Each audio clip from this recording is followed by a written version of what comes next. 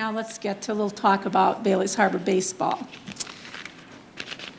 As Walt Whitman said, baseball is America's game. It's got the snap, go, fling of the American atmosphere.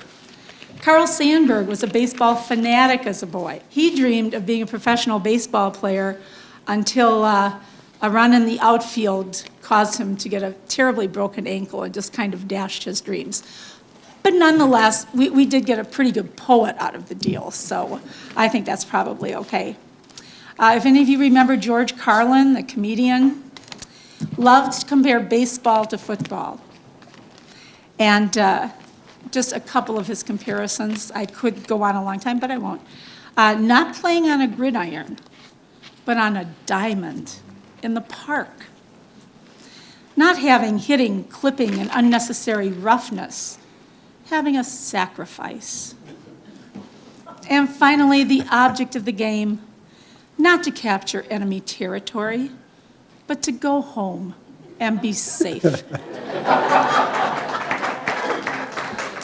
My one big baseball statistic is that I know that the Milwaukee Braves with pitcher Warren Spahn won the World Series in 1957. That's my one big, and you know why I know that?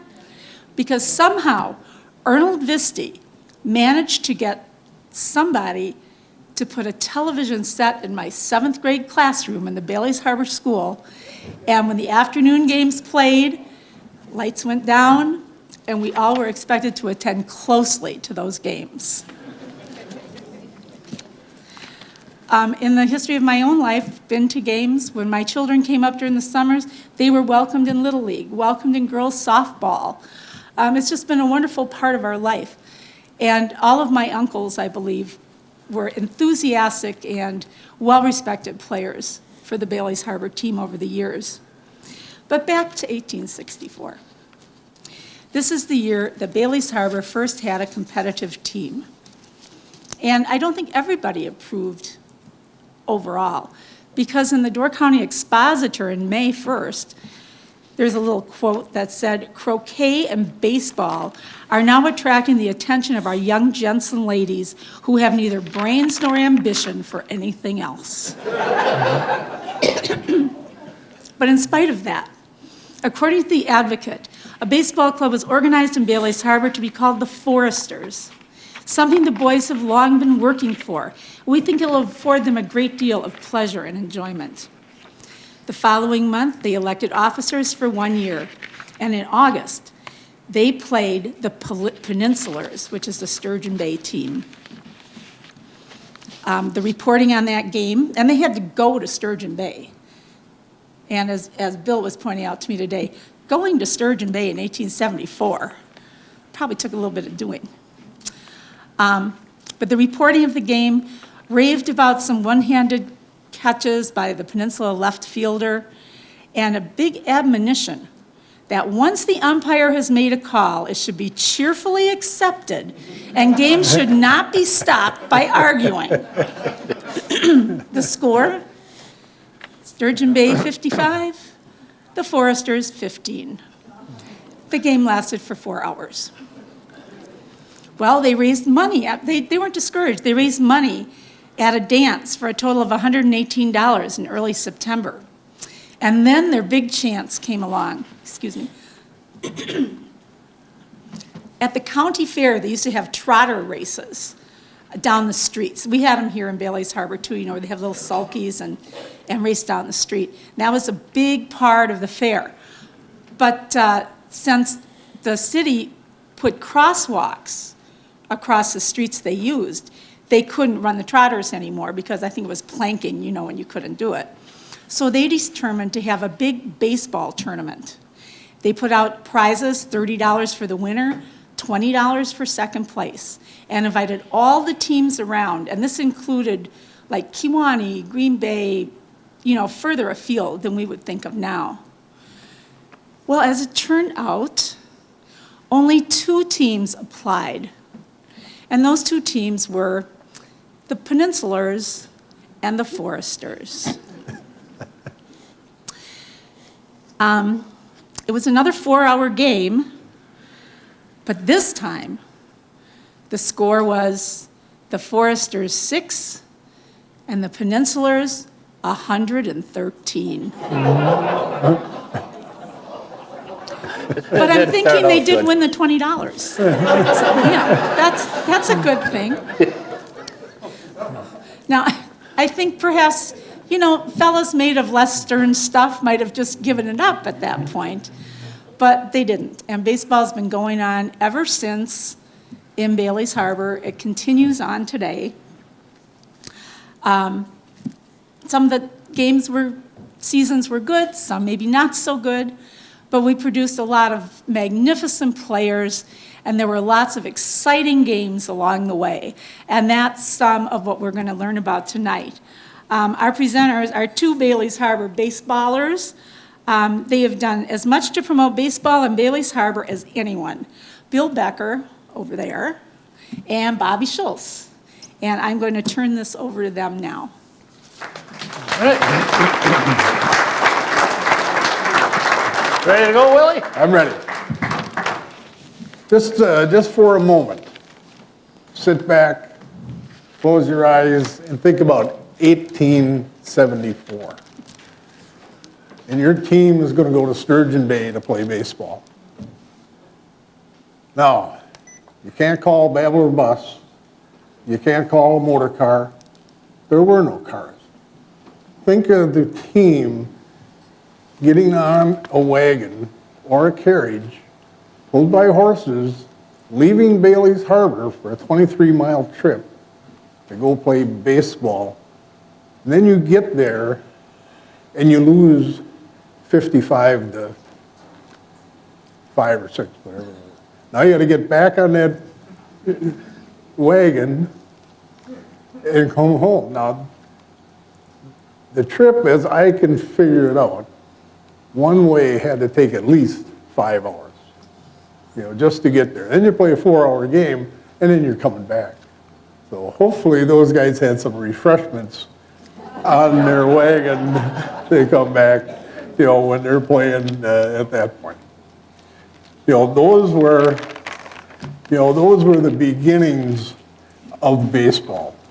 One of the things that in 1874, the club met at the Peninsula House and elected the following officers for 1 year.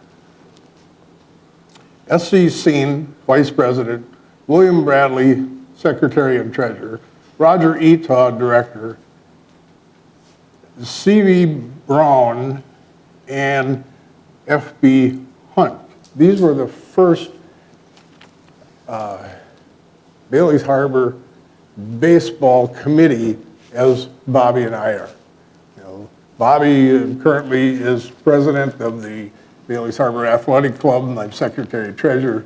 Mike Parent is vice president, and then we have Mike LeClaire, Pat Keehan, and Wayne Hyman as members of our club who work to put on the games. So, but back to history. And of course, here you see how they're beginning to raise funds for the baseball team. As Leanne was talking about quotes in the paper, and of course, I'd like to thank John Gass for showing up tonight. It'd be interesting to see what he writes about this in the paper. But back then, it was called the Weekly Expositioner, And for instance, they keep talking about, baseball at that time. Obviously, baseball was, back in those days, already a way of life, and people went every Sunday to the baseball game. Of course, they didn't have all of the other crazy things to do that we do now. So. Sorry, Bobby? everybody. All right. It's okay. It just seems to have a mind of its own today. And we've got one of the things about our research, we have some pretty big gaps in our history because of time restraints and trying to do that research. So we kind of jump ahead from those early days, when we played baseball. And most of the baseball in the early days were played at Brand Field, which is where Associated Bank was, just on the other side of the Cornerstone. Associated Bank was right there, is right there. And we talk about getting to games, and of course here you got 1909, and you certainly have a mix of horse and buggies and motor cars back then, and that's a pretty good sized crowd to a Bailey's Harbor baseball game in 1909. Yeah, we think this was on the 4th of July, but, not for sure. Back in those days, those days included baseball. That was a big part of the thing. From what we can find out, Bobby, this was the first championship team, was that? The first champs, Bailey's Harbor. We had right here was Goldie Price, Frank Slaughter, Eben Hansen, Emery Etoff, Andy Brand, Harry Brand, Lester Brand, and Winfield Johnson, and lying down is Tiny Sauter and Sam Price. And Andy Brand was the pitcher and the manager of this team. And I really can't figure out where this picture was taken. I've kind of looked at all the old pictures we have. I think it is Bailey's Harbor, or it could be at a away game. So this was our first championship.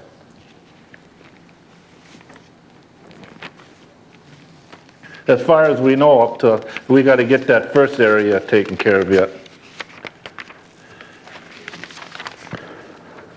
And this is a team from the 20s?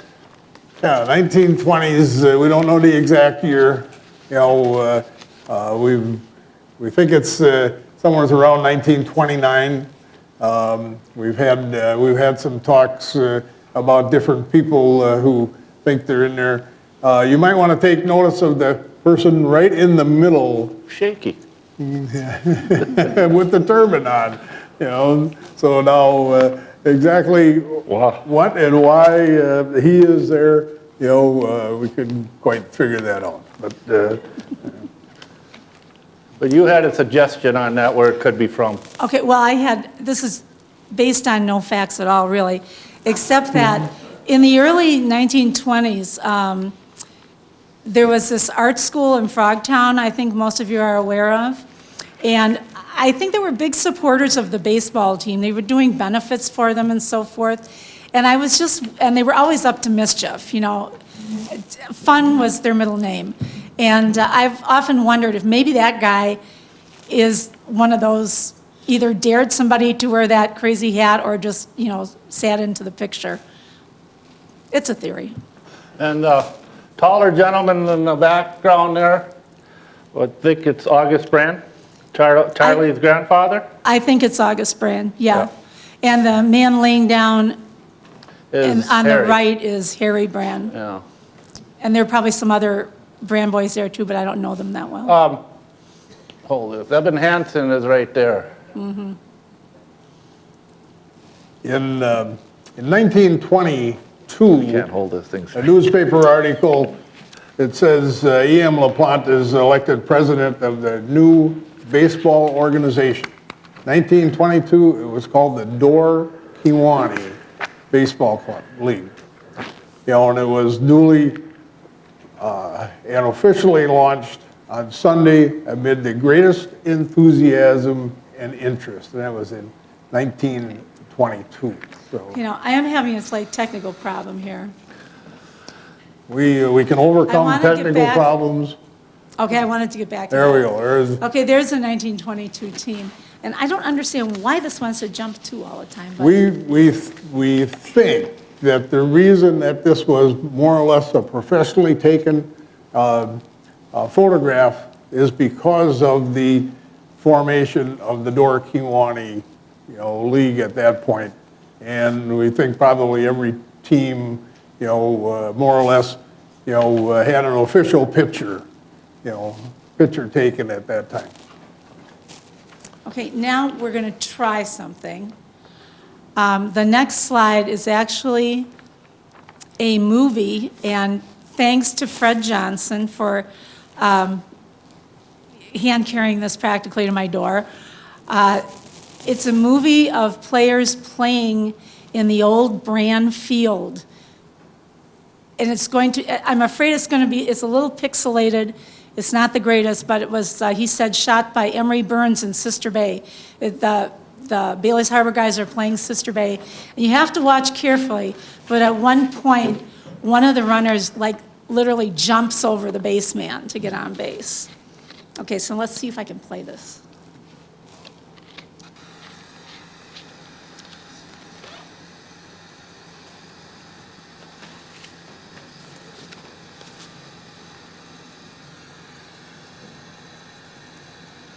Any of you guys that were pitchers out there, you'll notice that there wasn't much of a pitching mound back then. It was pretty flat.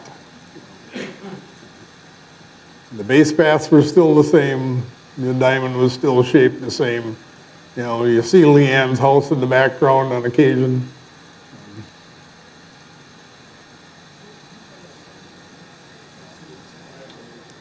There. Right over. Any way to get on base.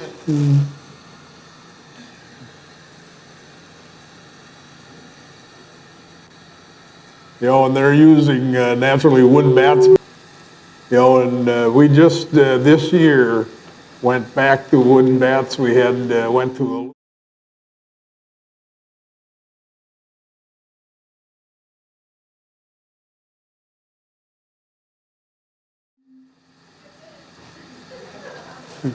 as you know, we had went to aluminum bats for quite a while. Aluminum bats became rather dangerous with the guys getting stronger, hitting the ball harder. So little by little, college teams, high school teams got away from aluminum, and this was our first year back with wood bats. And if you have checked any of the newspaper things, you'll find out that made quite a difference in the home runs that were being hit. You really had to work at scoring runs now instead of waiting to hit the home run. Here we got Emery Olenberg on the horse, and Billy, his son Billy. At the the theater was built in 47. 47, so close to that time. And then back in the early days, the parade before the game, they had the Gibraltar band come and play. The town chairman led the parade to the baseball park, followed with the baseball league officers. So it was a pretty big day. Wow. That's how they used to do it. We kind of expect our town chairman probably to do that again next year. Yep. But okay. Here we have, okay, what do we got? Skipped around. This is the 1953 playoff championship team. And it was played on McCardle Field. The McCardle Field is coming out of town, heading south.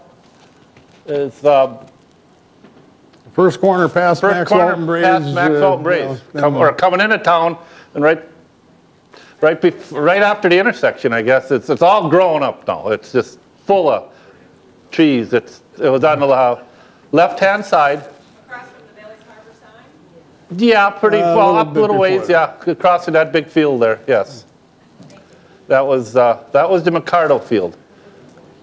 I know we've got a couple of members of that team in the audience.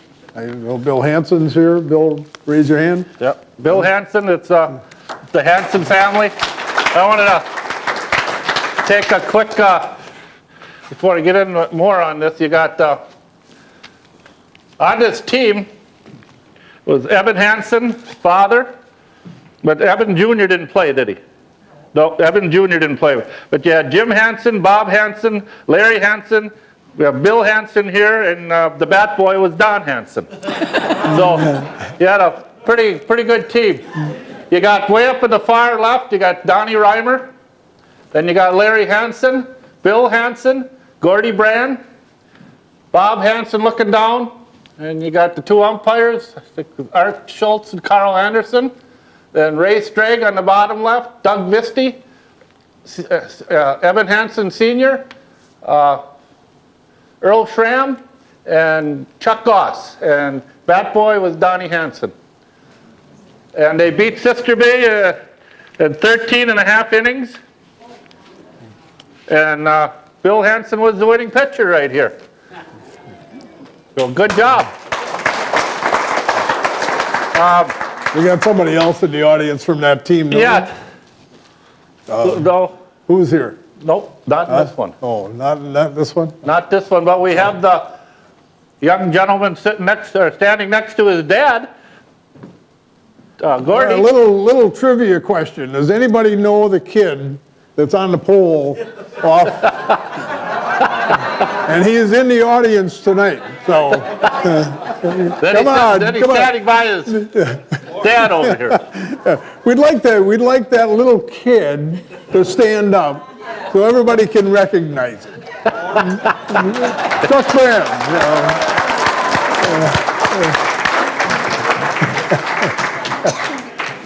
Thank you, Chuck. And Your claim to baseball fame, right there. And Gordy Brand got the winning hit on this game. Larry Hansen got on base, and Gordy hit him in for the winning run, 1-0. And that was the playoff championship, which is called the Shaughnessy playoffs. That's what they call them. Don't ask me where they got, I don't know how they come about it. But top of the thumb was the league champs that year. Back then, just to give you a little idea, you know, oops, I got the wrong sheet. Sorry about that. I was gonna tell you about the teams that were in the league, you know, and then, but I'm out of order. So continue on, Bobby. Okay. This is the McCardle Field, which is the one that's right past Maxwell and Braze. It's all grown in now, but I could still tell where the home plate was by there's three tall trees, the tallest trees in there. That's where this beer stand was. And the beer stand back then was taken care of by, I'm pretty sure it was the men's club. Anybody in here that could tell me different, please tell me. I think it was the men's club, they were called. It was Art Reimer that worked the stand. Art Reimer, Erno Visty, Flavian Zock, Martin Zock, and Paul Herbst. So I'm pretty sure that's the group. And other townspeople that came and helped once in a while. I know my dad did in later years. So that's... I found what I was looking for in 1953 to give you an idea of the who was in the league at that time. Top of the thumb, which was Ellison Bay, Washington Island, Sister Bay, Institute, West Jacksonport, Egg Harbor, and the VFW. And we've got a little uniform from the VFW here. And the VFW played out in County A. You know, right now there's a volleyball court there. That's where they played. Part of the airport property in town of Gibraltar. Do you remember that? Over the years, teams come and gone from, you know, from the league. The league changed names a number of times. You know, as we know it today, the Door County Baseball League, if my recollection is right, started in 1946. So before then, you know, it was called the Door Kiwanee League. It was called the Cherryland League. There was a lot of different names that they played under. You know, and in doing our research, one of the interesting things back then, a lot of the ball players played for different teams in different leagues. You know, they were baseball crazy. You know, they played as much and as often as they could. So they traveled often and played in different leagues. Just hold on. Before you switch that, Yeah. well, if it does, no big deal. I don't know who can remember, Bob Shine remembers the baseball field when you go up Summit Road, going towards our baseball field now. There's a little, as you get up over the hill and you're kind of playing off to go into the straightaway, there's a little white shed off to the right. It's all growing in now, but that was the baseball field in there too. We don't have much information on that. We're trying to find out, but Bob, his dad took him to the games there. And my brother, what was the gentleman's name from the Packers at that time that played for the? Well, what I was told, this, Right, what we told, yeah. that was during the Depression. Ted Fritz from the Packers pitched for Bailey's Harbor. But I was told he got $50 a game, which was an unbelievable amount if you knew what a dollar was worth then. And it was cost $1 to get into the game. It didn't last very long, only 1 year or something like that. It was like a traveling Bailey's Harbor team. Yeah, and that's the diamond I guess they played on there. But hopefully we'll have another one of these. There's a lot of stuff out there we gotta get yet. Okay, the next slide is also a film, and we have, I believe, Jody Visti, is that right, Bobby? The Visti family. Arnold The took Visti some family. movies. Yep. Arnold took some movies, and Jody shared this with us. It's, it would be in the 50s, and I think it's at Egg Harbor, I think. There's a bunch of different diamonds. That's Florian Katursky. Doug Visti's catching.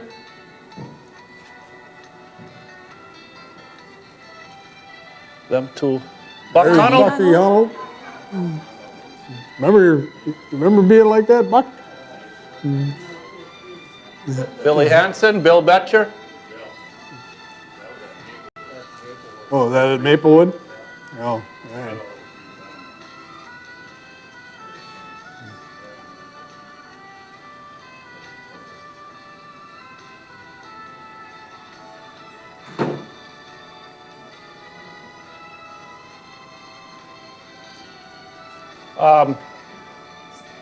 Clayton Mecklenburg is on this team. Roger Lent played center field on this team.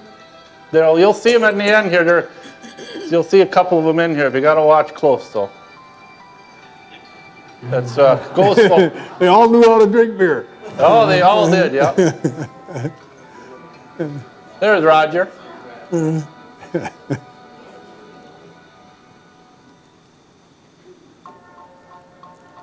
You could always. Well, we got two more pieces of this, right? Who is that boy? Does anybody know?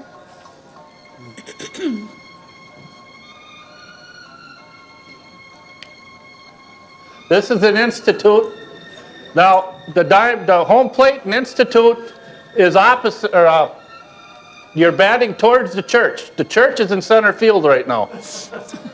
And there's, see how the diamond right now is way up in front. Folklore has it that when they, if you look out that house, the big white house out there, Florian Katursky told me that Tommy Zock hit that house, one time as he hit a home run. And other folklore has it that Baldy Bridenhagen actually hit a ball up on the steps of the Catholic Church. Yeah, that's a pretty good shot.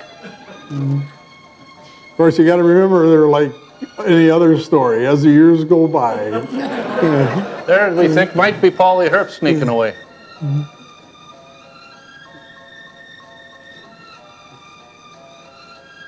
these are rare to find movies like this. One of the things that we were hoping that after tonight people would look, at their in their attic. If they find a box with some baseball stuff in, share it with us so we can add to our historical baseball, legacy.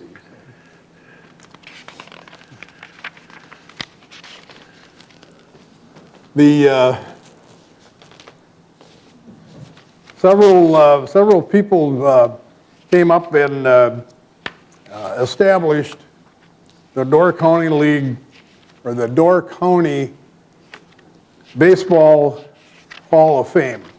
And I've got a kind of a list here of people that played for Bailey's Harbor at one time or another. Should I go for it? They're all on, most of them All right. are on them.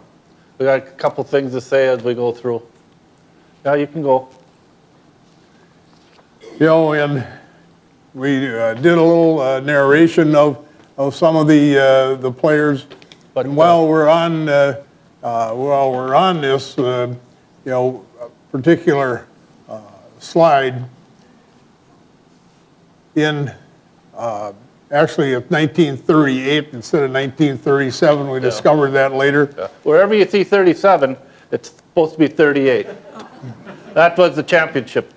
In 1938, Bailey's Harbor won, you know, the championship, and at that point, they played in the Wisconsin Amateur State Championship game in Milwaukee at State Fair Park. And many of these players here went to Milwaukee and played in the championship game, which eventually they lost. They were rained out for 3 days, stuck in Milwaukee, and finally got the game in at State Fair Park, and wound up actually losing in the championship game for the state amateur tournament in Milwaukee. And the 30, for what I don't have too much on the 42 team, but pretty much the same guys are on the 42 championship team that you're going to see what we're going to go through here now. Should I go? Yep. Sure. While you're looking at those and reading some of them, and we don't have the same clips on all of the Hall of Fame players, but as you go through and Leanne goes through, I thought I'd read off the list of people that played for Bailey's Harbor that are inducted into the Hall of Fame. Earl Curly Paul, Oh, he's going to come up. he'll come up. Yeah. Yeah, we're going to get most of them. Leon Schramm will come up. Clayton Megenberg, of course, you seen Sid Andre was on there. Gordy Brand, which is here. You know, and Gordy, while we're on Gordy Brand, you know, Gordy had quite a legacy. For instance, going back, you know, in time, Gordy went to Sturgeon Bay High School so he could play baseball. We didn't have a baseball team at Gibraltar at that point. And one of the things is in one game, Gordy had 23 strikeouts, you know, in the game, which they had, and you know, and the newspaper talks about at that time about scouts coming to look at Gordy Brand for professional baseball. You know, and he did pitch for what was called the Green Bay Green Sox at that time. So Gordy had a real legacy of baseball. You know, no hit, no run tilt pitch by Brand, and that was against Kewanee, I believe it was. I got some things to say on each person, so don't flip through this. You know, and back then, when he was playing, and this was in the Door Kewanee League, Kewanee was in there, Sawyer had a team, Algoma, Casco, Ryle Creek, Egg Harbor, Sturgeon Bay, Bailey's Harbor, and Jacksonport. I just, Wait, I don't know why that happened. that's okay. I'd go back on Billerback. It's not okay because I don't know why it He'll come. happened. After I'm done, he'll come. Okay. So, I'll say here, I put down is that he coached the Stars of Tomorrow, which is the Babe Ruth. Steve remembers. He picked every kid up. He got a school bus from the high school, and he picked all of us up at our houses or certain areas in towns, and he took us all home. Every game. And if we won the game, he took us to Dairy Queen. And if we didn't win the game, it wasn't no Dairy Queen, she was straight home. And you didn't say one word on that bus all the way home. But he was a very big part of me growing up in baseball, because he was the physical ed teacher at the high school. He came when I went to Bailey's Harbor, and we had Phi Ed day, hours to go out and play. He was there. He had his lineups so far in advance of what he was going to do. He told me in Little League, he walked to a game, and Mike Bernowski had me at third base, and he looks at Mike and he said, get him out in the outfield. He ain't going to be third base. So I went out to center field, and I never came back in. But Chief was he was a good man. He was good for the kids, and did good. When they dedicated the field at Gibraltar to Chief, Bucky Hunnell and I were there, and we made sure we reminded Chief that we were the battery mates of his first Gibraltar championship team, right, Buck? Yeah, the first 3 years. And it went on for 3 years after that. Our first year when he was there, we didn't do so well. But after that, he kind of kicked us in the butt and got us going. And he had a fine legacy, wound up in the state Hall of Fame for high school coaches and stuff. So. Okay. Yep.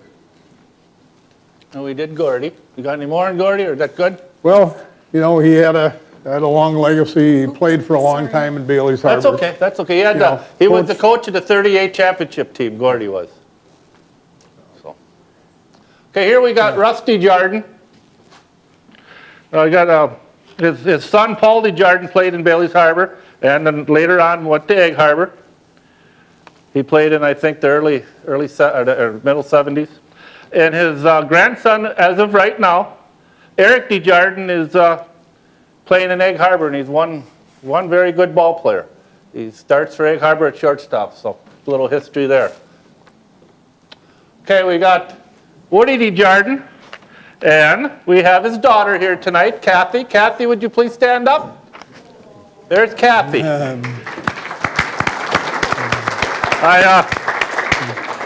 Do you have any good stories to talk about? We'll bring you a microphone.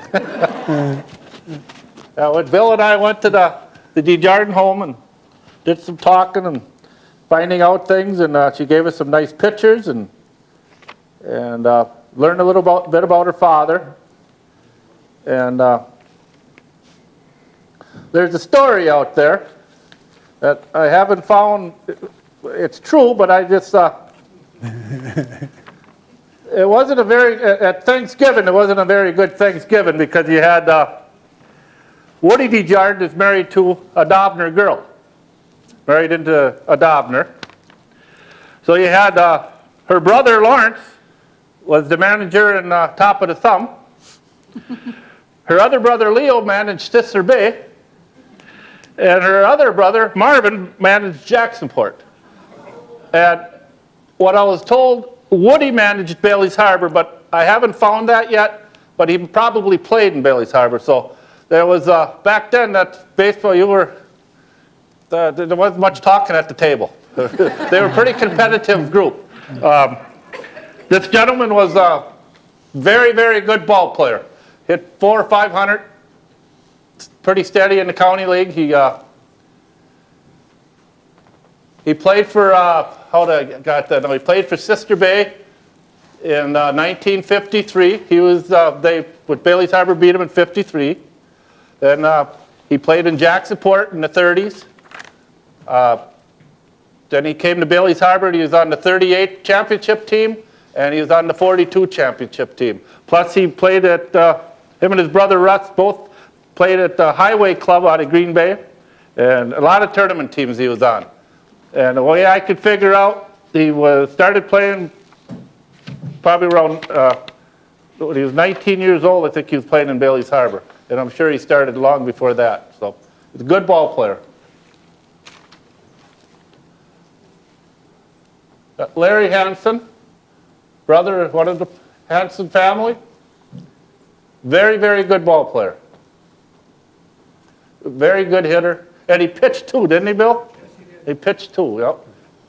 And he played with what you see there, Pat Tischler and Lloyd Wasserbeck, and I know he played for Institute. Matter of fact, we had a little discussion before the program. You know, on the lower level by our town office, we have a picture of Lloyd Wasserbeck, and most of us see him as a football player. And but he was actually a very good baseball player. Played on a lot of our teams, you know, and you know, did well for Bailey's Harbor. So not only did he play football, he did play baseball. I think on with Larry here, I was reading on, I've been reading steady. Buck Keene. Everybody knows Buck Keene, a good baseball player. Well, he came to Bailey's Harbor in 1954 and played. But that's when Larry went to Institute with him. So I think he came and played 1 year and stole Larry from us. But then Larry moved, shortly after that, he moved to Beloit or Plymouth. Yeah. Okay. And we'd love to have a picture of him if. Yeah, that if you could be got a forwarded. picture of him, you'll see, we want to get a picture of each person up here, so if we can get any type of picture of them. Like this is kind of the stuff we want to do right here. And this is Clayton Mecklenburg. This is he originally from Egg Harbor. That's where he grew up. Very, very good ball player. Very good hitter. And right out of high school, I guess he played in Sister Bay at age 15.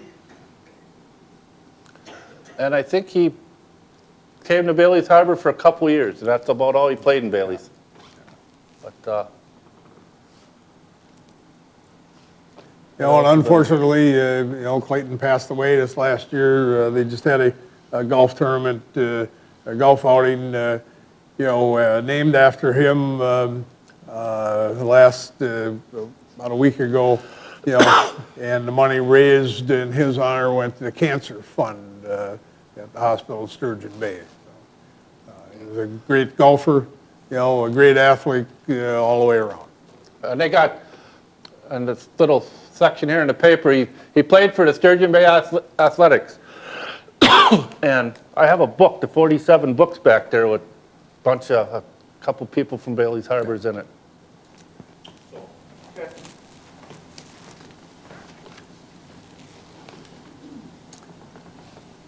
Curly Paul played for championship teams of 38 and 42 Bailey's Harbor.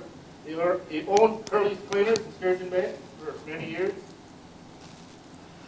And in 1982, when we won the championship, my brother Butch Hildenroth and John Becker were the coaches and managers, and Curly lost his legs. And we made, our managers, Butch and John, made a spot for him. He came every Sunday to our home games and some away games. He never missed our games, because that was the 40-year wait, it was called. We won it in 82, and 40 years before that was 42. And he was on that team, and he was really excited that we won it. So he was a really nice man.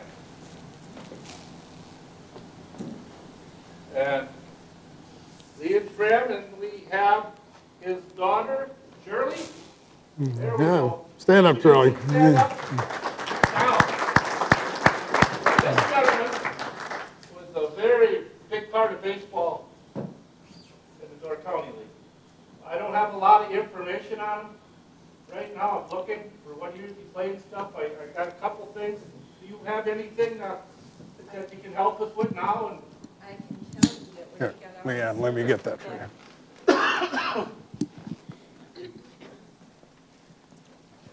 When he first got out of the service in 1947, and this picture is back here in this 47A's book, that he did manage the A's in Sturgeon Bay. And then after that, he was an umpire. He became president of the county league. He was secretary of the county league. And he did play for Bailey's Harbor. He caught for Bailey's Harbor. And he had a grandson also that caught for Institute, I think it was, Chris Schramm. But he also helped start Little League with Curly and the Pony League, and he managed the Bushman Travelers, which was a Little League team for many years. So he really loved baseball. I did tell Leanne a funny story that happened. He went to a Braves game during their years when they were doing so well in the 50s, and it was a doubleheader, and he was hit by a ball from Warren Spahn. So they have a picture in the paper. They took him to the hospital, with a big bandage over his head, and he came back for the doubleheader.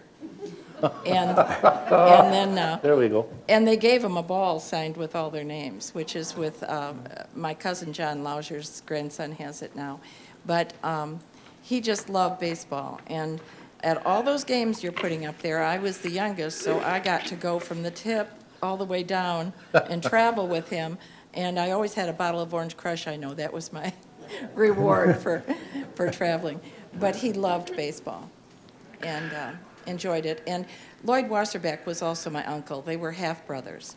And this year I just realized, in some things I was going through, that Lloyd played baseball at the University of Wisconsin at the same time that he played football.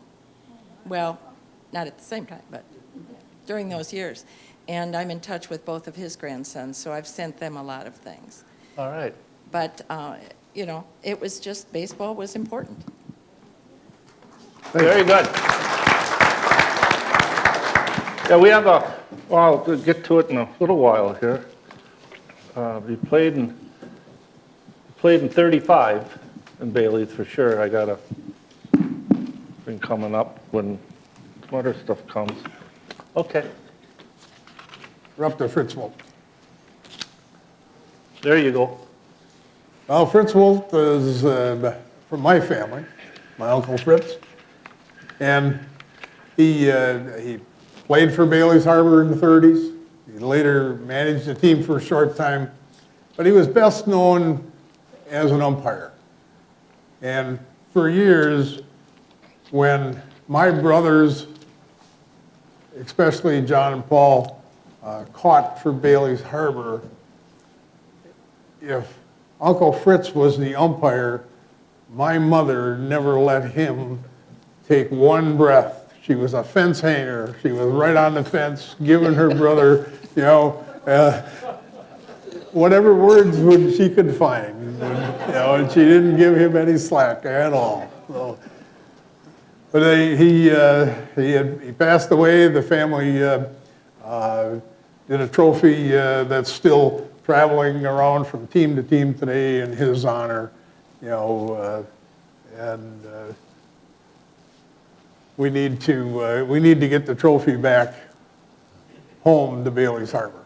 And for Shirley's father, Leon, did we mention that the Door County League Championship trophy is in his name, Leon Schramm. That's in his memory. Yeah. And then traveling one is Right. Fritz. Yep.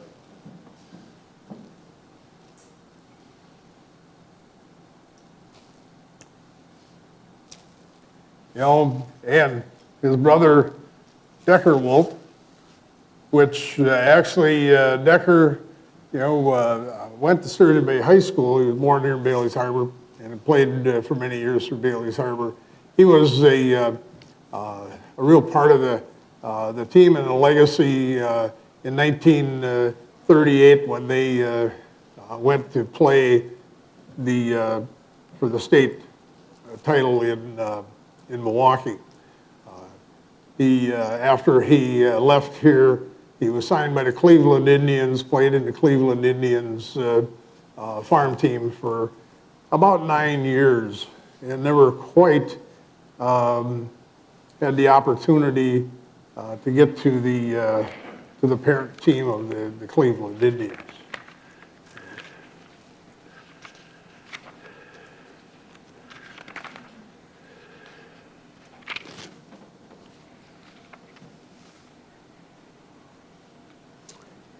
before we go on, there's just a few other people, of course, that we didn't have things on that, people that are in the Hall of Fame that played for Bailey's Harbor. We covered most of those, but Dennis Krishka played for us for a while, Dick Moore, Delmar Olson, Wally Eckert, Mike Weary. Lucky Hummel got Mike to come here, and gave us our run for the championship team that Bucky managed in 1998. So that was our playoff championship year. So, Bucky, you got anything to say about the championship run? No, we just had a good time, and I don't know, everybody seemed to get along good and do their job. All right. Okay. Now we kind of skip on to a little more of the modern history of Bailey's Harbor baseball. And of course, I'm sure you all, took note of the different uniforms we wore over the years. Back in my playing days, the white wool uniforms, were the ones to wear. The weather wasn't any cooler then than it is now. So Butchie remembers playing in wool. Alvin, there's a few guys here that wore those wool uniforms. Today's ball player complains about the mesh uniforms that we provide for them, which are 100% cooler, But in, what was it, Bobby, 71, when we made the change to the Bailey's Harbor A's, or 72, No, I think like 73.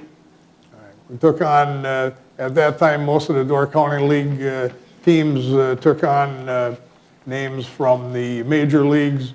At that time, the Oakland Athletics were the cream of the crop in professional baseball. We adopted the A's logo and the team, and of course, have kind of kept their colors and for all of these years. And as you can see by what's on the screen, how the recreational park developed over the years, and little by little was added to.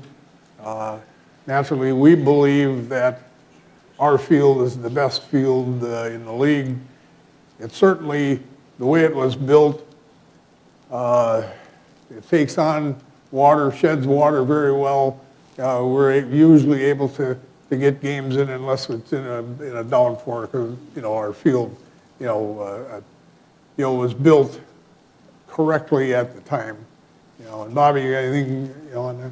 When they bought the field in 1971, Art Stieglitz was the longtime president in Bailey's Harbor. I think he was with the 4-H. He was with the kids a lot, if I'm not mistaken, and he gave the land to us for $1. And I named the road going in Stieglitz Road. I thought something from giving the town that acreage for $1, he's got to have something in his name out there. So I got the road, and maybe someday we'll make a little park in his name. For I think it's well deserved. And let's see, I should stand. When it comes to another person, now do some more. Well, in the the field, like I say, we're proud of our field. It took on a new shape and became a real class field when Buck Hunnell took over the team, you know, Buck was a pretty bullheaded guy, as we all know. You know Buck Hunnell. He wanted things his way and only his way. He got the guys to cut the grass his way. He got the guys to mark the field his way, all legal, you know. But he made sure that there was no dandelions on the field. It was marked right. It was cut right. You know, he made sure that as time went by, he got guys to donate the dugouts and do all of the work. He got the scoreboard donated, you know, for out there. So thanks to I Buck. got the A's sign built. Right. We got a big A that he Lean-to. he got out there. Lean-to, he was a big part in. So with his help, a lot of stuff got done out there when Buck was coach, and gave me some ideas, and I ran with it. And Steve Parent was the chairman, so it went pretty good. We got some stuff done.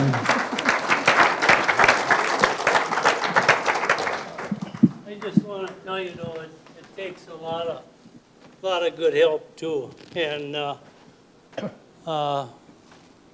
like Johnny Becker knew everything that I wanted to do on that field, and he got to know it better than I did, really.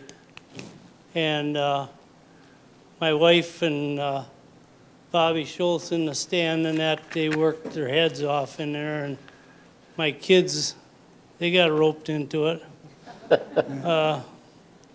If my dog would have been useful, I think I'd have taken her out to the field.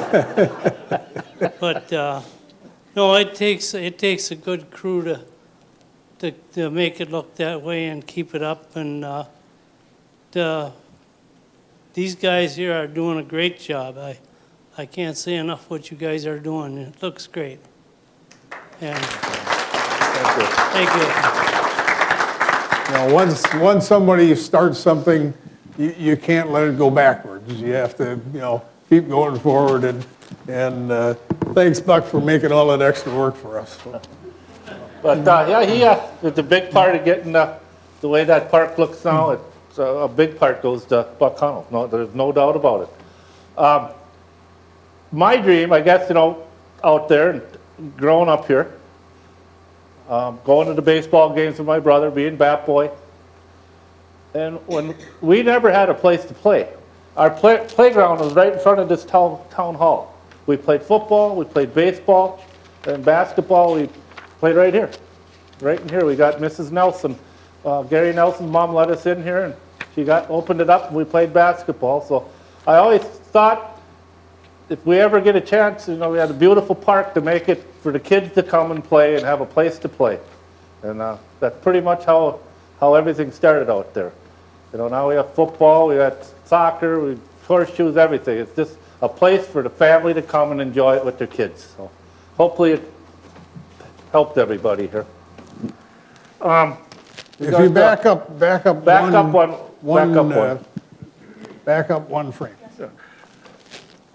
You know, here's a couple of our teams, and I'd like Butch Hugenrath to give us a little recap of a special game played on Washington Island. I believe that was 1975. Like usual, his brother didn't show. That was a double no-hitter. Lonnie Johnson pitched for the Island, and Craig Bastian, and went into extra innings, and Tim Beware hit a home run to win it In the in the 10th inning. 10th inning, yeah. It's still one of the records in the Door County. They have a double no-hitter like that. Yeah. Craig pitched 10 innings no-hitter, and Lonnie pitched 9 innings of no-hit. As you can see, there was a lot more hair in those days. I was going to say the same thing there. That's the hairstyle changed. I even had hair back then. But Bobby said he went to get a haircut today. I don't know why, because he didn't have it. I wanted to look presentable. So that's one of, 1975 was one of those milestone games that we always want to point to because it's unusual to have a no-hitter, and when both pitchers pitch no-hitters through 9 innings, it's probably boring for the general fan, but if you're a real baseball nut, I mean, that is the perfect game to watch. And after the game, back then, them guys, they partied quite a bit. They drank their share of beer. Well, on the way back on the boat, they got to the dock at Northport, and the guy that hits the home run, everybody's jumping into the water. And they're still having fun. And Timmy Beaver gets up and he jumps in. And as he's going down, they hollered to him. And he couldn't swim. So Paul Becker jumps in after him. He went right to the bottom. He had cowboy boots on. Right to the bottom he goes. And Paul Becker and Roy Grassy drove down and got him up. So, unbelievable. But that was they're a fun group. But you have myself and Steve Parent, Mike Parent, Tom Demeen, we were in Legion. We were playing in the state tournament in Wausau, so thank God we missed that game. And Before we go on to the next slide where we had Freddie Kanako, I'd certainly like to introduce Steve Parent to you, and Steve has a milestone game also that we need to talk about. right. Give him a little recap. Sorry. Well, baseball is kind of a unique game in that often not a lot of runs are scored, so games can often end in a tie after 9 regulation innings. In fact, in 1979, the year before our 25-inning game, we had 2 games that went into extra innings. We got beat by Maplewood in 13 innings in a regular season game, and then we had a playoff game with Sister Bay that went 16 innings that we lost. But I don't think anyone could have imagined that we would end up playing a 25-inning game in the county league, and one in which both pitchers ended up pitching the majority of those innings. But it did happen in June of 1980. We hosted West Jacksonport in a regular season game here in Bailey's Harbor, and it started out like any other game. West Jacksonport jumped out to an early lead. They were ahead 4-1 after 7 innings, and we scored 3 runs in the bottom of the 8th, and then to tie the game, and then when no one scored in the 9th inning, of course the game went into extra innings. And we were really confident after scoring those 3 runs that if we held West Jacksonport for an inning or 2 without scoring, that we were bound to score a run and win the game and could go home. But as it turned out, we went out for the 10th inning, the 11th inning, the 12th inning, and no team could score. And what you have to realize in the Door County League is that we play once a week, so most teams will have just one starting pitcher and maybe 1 or 2 guys that can come in relief, but those guys tend to be position players that are much more valuable to the team as a second baseman or a shortstop. So managers tend to go with their starting pitchers absolutely as long as they can before they'll pull them out.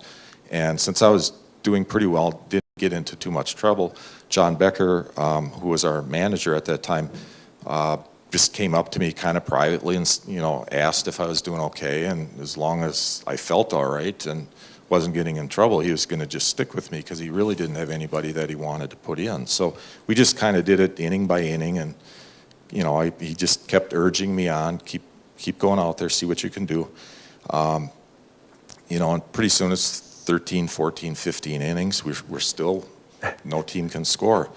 And if you go back to the longest game in County League history prior to our game, you have to go back to 1951. Institute was playing on Washington Island, and Institute scored 3 runs in the top of the 18th to win that game. And in that game, both pitchers pitched the entire 18 innings. So it wasn't unprecedented that Dave Miller, who pitched for West Jacksonport, and I were still in the game after 14, 15 innings. We just kept going back out. Well, by this time, all the other county league games had long ended.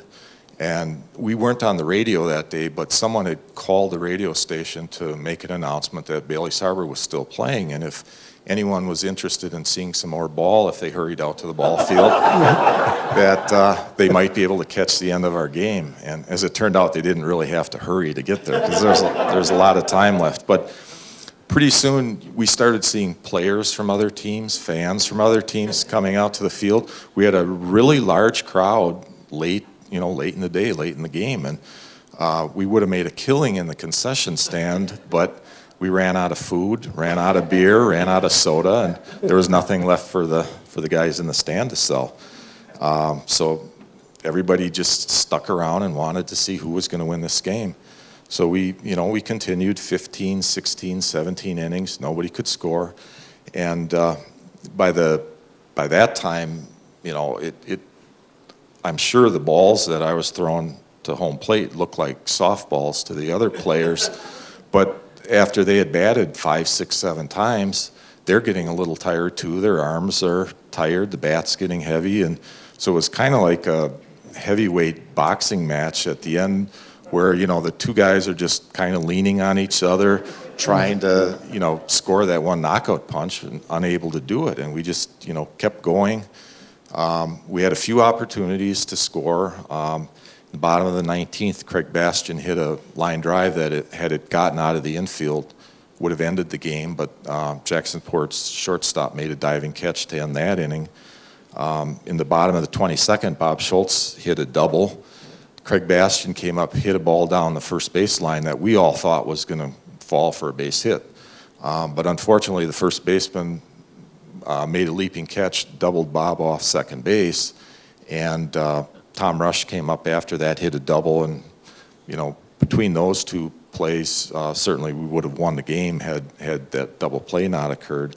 So we continued on 23, 24 innings. Finally, in the 25th inning, Jacksonport's leadoff hitter hit a ball to deep center field that I thought definitely was going to be a home run, and I watched Bob go back to the fence and jump up, and I just assumed it went over his head, and I turned around and looked to the umpire to get a new ball, figuring it's a home run, and I'm going to get ready for the next batter. And all of a sudden I hear a cheer come up from our side of the field, and I turned around, and Bob was throwing the ball back into the infield. He had reached over the fence and robbed Jacksonport of a home run that would have been the first run scored in 17 innings. So that got us kind of fired up, but by that time I was totally out of gas. I think I walked the next batter, and then Dick Kroll came up. He was the manager of West Jacksonport, and he had put himself in the game a couple innings prior to that.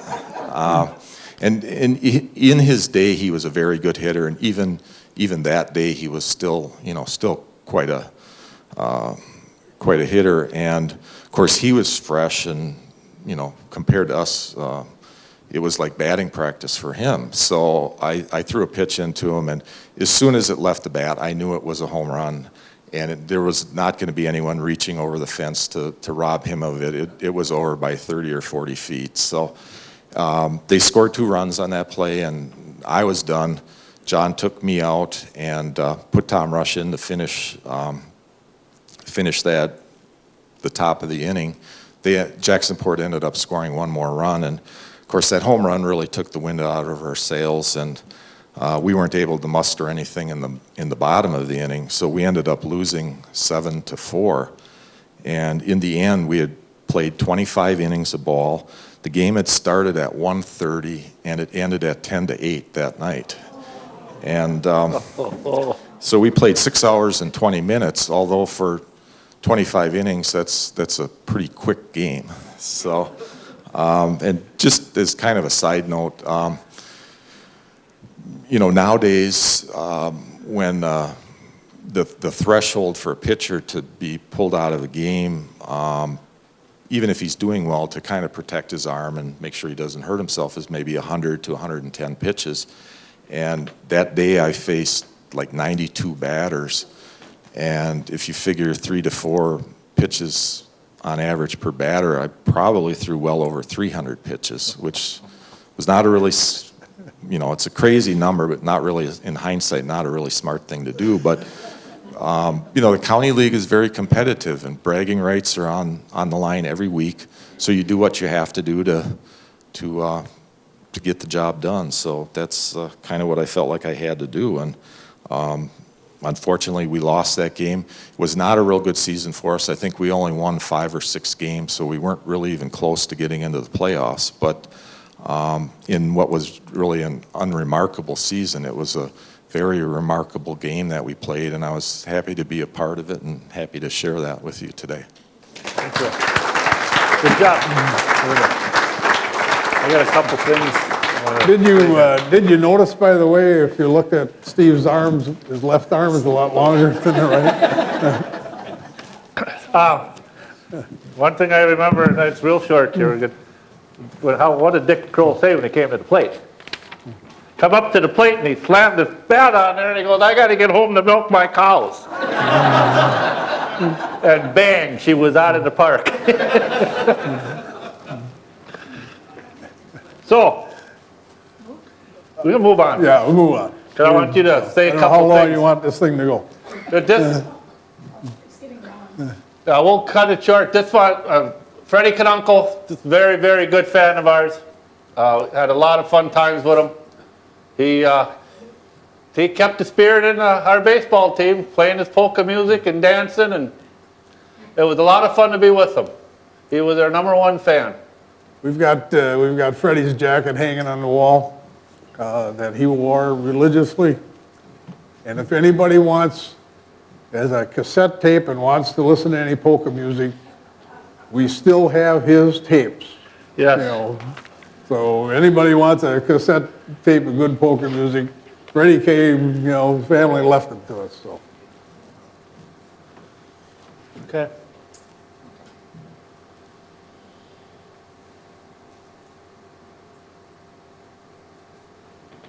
This is the 82 champs. This was the lower left, John Becker and Butch Hugenroth as they were our managers. We dedicated the season that year for Paul Herbst. And it was, I got some stuff over here. It was awesome. It was 40 years since we've won a championship, and I tell you, there was a lot of kids crying and grown-ups crying after that one. That was a real, that one was in the heart, big time. It's meant a lot to win that game. It's Paul Herbst was one of the long-time, you know, supporters of Bailey's Harbor baseball, you know, and he never let you forget, you know, anything about the game you played if you went to the tavern afterwards. He always threw a book out at me. It was the Red Sox hitter. Ted Williams. Ted Williams. He said, here, Schultz, read this. You might be able to hit the ball. But anyway, he's a very big fan. We won we got all these trophies. And then he took us, I think, Butch, was that the time you went in by Smokey? Smokey Bly and him were real neck and neck. They're related, and Smokey had owned Jacksonport team, and Paulie was a big Bailey's Harbor fan. And he finally got to come into Smokey Bly's, and he pulled out a $100 bill, and he said, "Spinner." But I can't say from where to where, because that's from the sidewalk all the way into the whole bar. He spun her with a $100 bill, and that was the pride. He was smiling ear to ear at that time. So it was fun. Good year. From that team, John Bastian was pitcher of the year that year from that team, and Butch Hugenroth was manager of the year, you know, in 1982. Yep. If you want, Bill. Okay, we got the, okay, Go ahead. we're good. Oh, here it is. In 1998, that was our playoff championship year. You know, Buck Hunold was the manager of the year in 1998. Of course, his team that's there, Tommy Anderson, who was the batting champion that year. You know, so Buck did a good job keeping these guys on their toes. And on the table back there, Jody Visti had written out a game-by-game summary of the run to the championship, as he called it. So It's back if there. anybody's interested, you can kind of see how the season went. Buck, you got anything to say about that championship year? No, I think it says it all right there. And your wife looks good on there. I don't know about you, but your wife. It hasn't changed. But you can see the smiles on them guys. Oh, yeah. That was a happy one. Sorry, Buck. That's okay. Wasn't Brett Anschutz the bat boy that year? Yes, he was. Yeah. Yes, he was, yeah. And of course, Brett, probably, our lead pitcher, to this day, so. And coming on, we're going to get more into our little leagues. We didn't get too far into the little league, but we just got some pictures of our little league teams. And just want to mention Gene Baldry. He managed from 1979 to 1993. He coached the Bailey's Harbor Little League. Now, nowadays, you don't see that. You see the fathers follow their sons up to a certain age, then they go with them and move on. This gentleman stayed and took care of the Little League. He did a wonderful job. We had a day in his memory out there. And they won it. They went 12-0 in 1983. And then after he retired from the Little League, he was out there with us every day with me. He worked in the stand with me, helped me set up every day in the stand, got stuff, and just whatever I needed. He ran into town to get ice or whatever, and he was a very big part of the ball club out there. Miss him dearly. Never played for Bailey's Harbor. No, never did, but But gave a lot of time out there. gave a lot of time for us. I want And I think to, we go on to Babe Ruth, the team, of course, as Bobby had told you before, it started out as the Stars of Tomorrow, where Rod Billerbeck, did that and coached that, and of course it evolved into Babe Ruth. And this is one of our teams. Charlie Hendrickson was the manager of the Babe Ruth team at that point. And we've continued to try to develop ball players for Gibraltar High School through the Babe Ruth program. We go to the Little League from 8 to 12, Babe Ruth from 13 to 16, then of course they can go on to Legion, play Junior Legion, Senior Legion, but it's a good feeder program for all of Gibraltar High School.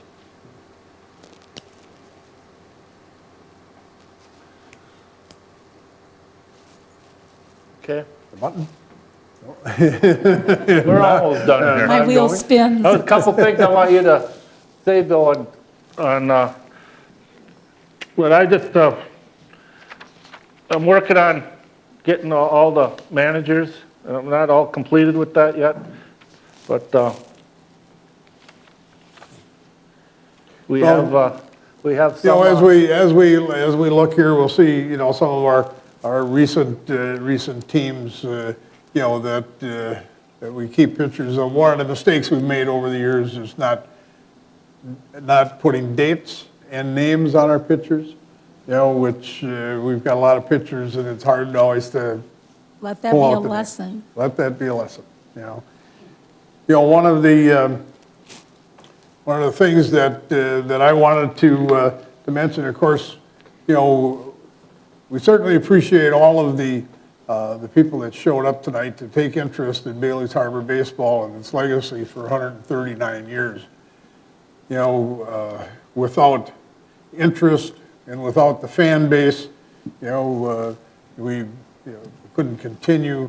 And the one thing we need is always volunteers, no matter your age or whatever. We can always use ticket takers or people to help in the stands. So if you ever want to volunteer, certainly contact Bob or I. We'll make sure that you have an easy job for a Sunday.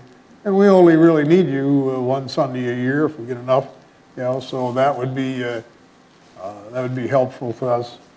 You know, I needed to talk about the business people that are here. Back in, well, it was about 1992, you started the banner program, or 94. I believe it was around that, yeah. You know, we started selling banners to the business people in town. You know, that helps support our team. Takes a lot of money to buy bats, equipment, you know, new uniforms on occasion. And it looks like we got a lot of uniforms, but we got a span of a lot of years on the uniforms that we have there. You know, so thank you for your support. Thank the businesses for their support. A couple of, you know, and again, I'd like to mention, if you're going through things in your home, you find a box of anything to do with baseball, even if it's not from Bailey's Harbor Baseball, but it's anything to do with the county league, you know, we'd like to funnel it through our system, through the Historical Society, and kind of build things for the future. Because as Bob and I have talked, you know, we should have did this 20 years ago. We should have done it 10 years ago. Got to give you that one. You know, as time goes by, we lose those people who have those memories. Plenty. I remember things in generality. There's people that out there that remember specifics, you know, so we like to have those people, you know, give us those specifics. One of the things that Bob and I have talked about often is the Door County Hall of Fame, Door County Baseball Hall of Fame. The people who run it claim that the reason Northern Door County doesn't get more members into the Hall of Fame is none of us vote. So if you attend a ball game next season, because next year will be another Hall of Fame year, you know, vote. You can vote more than once. You know, so we could stuff the ballot box for a change and maybe get some of our players from the recent championship teams in there. Bobby, I know you've been on that bandwagon. We'd certainly like to get more people represented, you know, in the Door County Baseball Hall of Fame. Oh, the last representative was 1953, and I think there's a lot more guys. You got a couple no-hitters. You got managers of the year. You got a man that throws a 25-inning game. You got a couple championship teams, and we got, I don't know. Maybe we'll start our own up here. It will happen. Well, I can't thank you guys enough. So, I hope we did okay. You did great. You did great. Chuck? So, Yeah, I guess listening to Mr. Schramm's daughter over there, I go back to when Paulie Herbst was sponsoring the league, and at that time, it was a big deal to me to sit by the corner window and drink one of those 6-ounce Orange Crush bottles. That was something. And then two names that I didn't hear mentioned here, which I would say every Sunday at the McCardle Field were Martin Zock and Harvey Fairchild collecting tickets. I mean, you didn't drive in there without paying one of those guys some money to get in the field. So I got Martin in there, but I didn't know about Harvey. As we go, we'll pick up more. Thank you. And our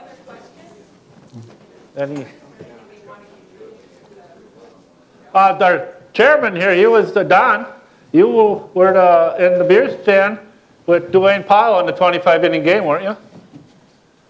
You were through the Lions Club. You took care of that, or not? I thought you were.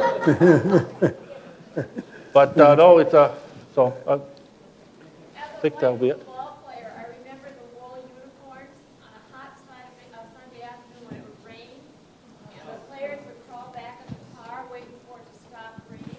And 3 guys in the car with wet wool uniforms.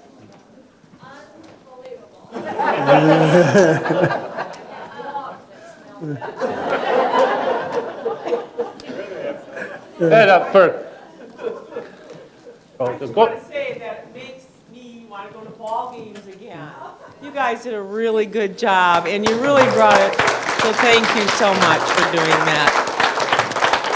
I want to thank Christy for bringing the Fish Creek uniform. That was pretty neat. That was Charlie Jarman's uniform. Charlie Jarman's uniform. It's, Got it at a yard sale. it's nice to see though. That's the first time I've ever seen the Fish Creek uniform, and I found the VFW one from my father. He had that one, and I got that one, and there's a poster up there from 1941 that Donnie Girdman. Donnie brought it. Girdman gave to us. You know, back then it was kind of interesting too in the 40s to see how the different teams were. And one of the things in the research, for instance, is a team that probably very few people would know existed is the Peninsula State Park had the conservation Congress people working in the state park, and they actually had a team in the Door County League. It's called the CCC team, which was unusual. In the late 60s, early 70s, you had some pretty good women baseball teams. Softballs, yep. Oh, yeah. They were really good. I guess the committee they put us on now, I guess we're going to have to do all that. Go ahead. I just wanted to tell you kind of a funny story.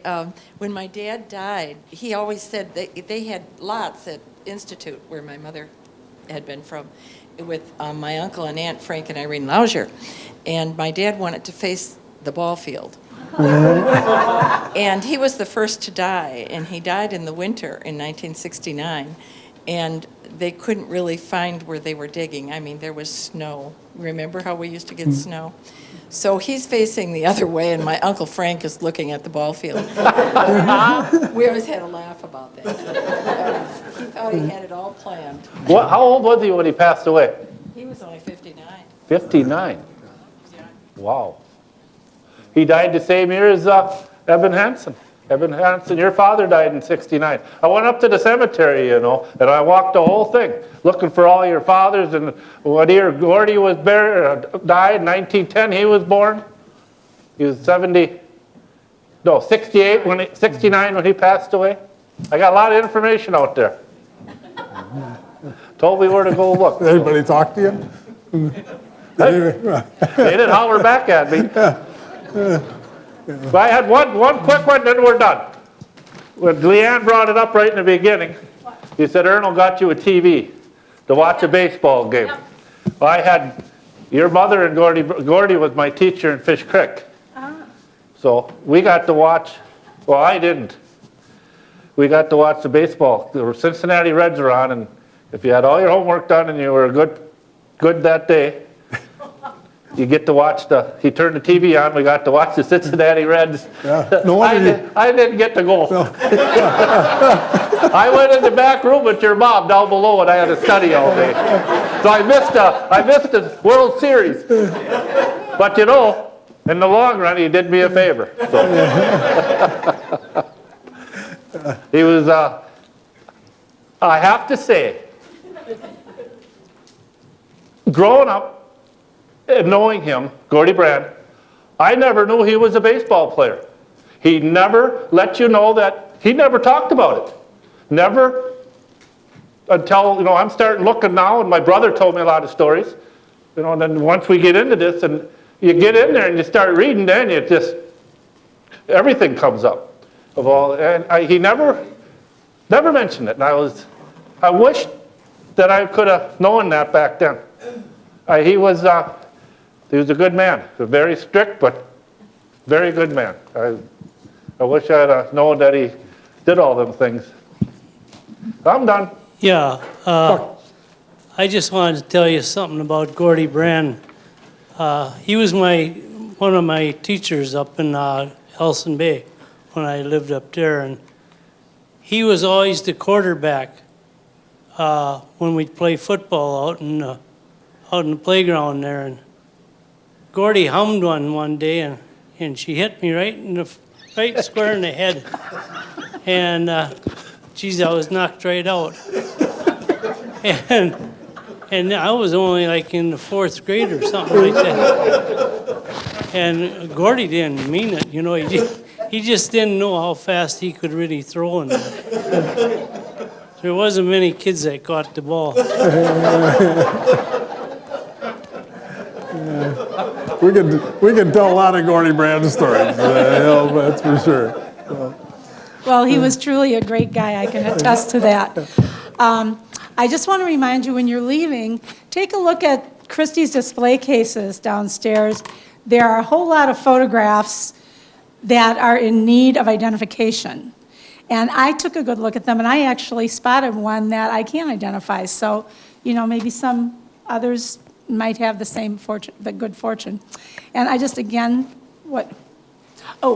if you can, please put the chairs back when you leave, but don't wait. Oh, I have to tell you something before you go.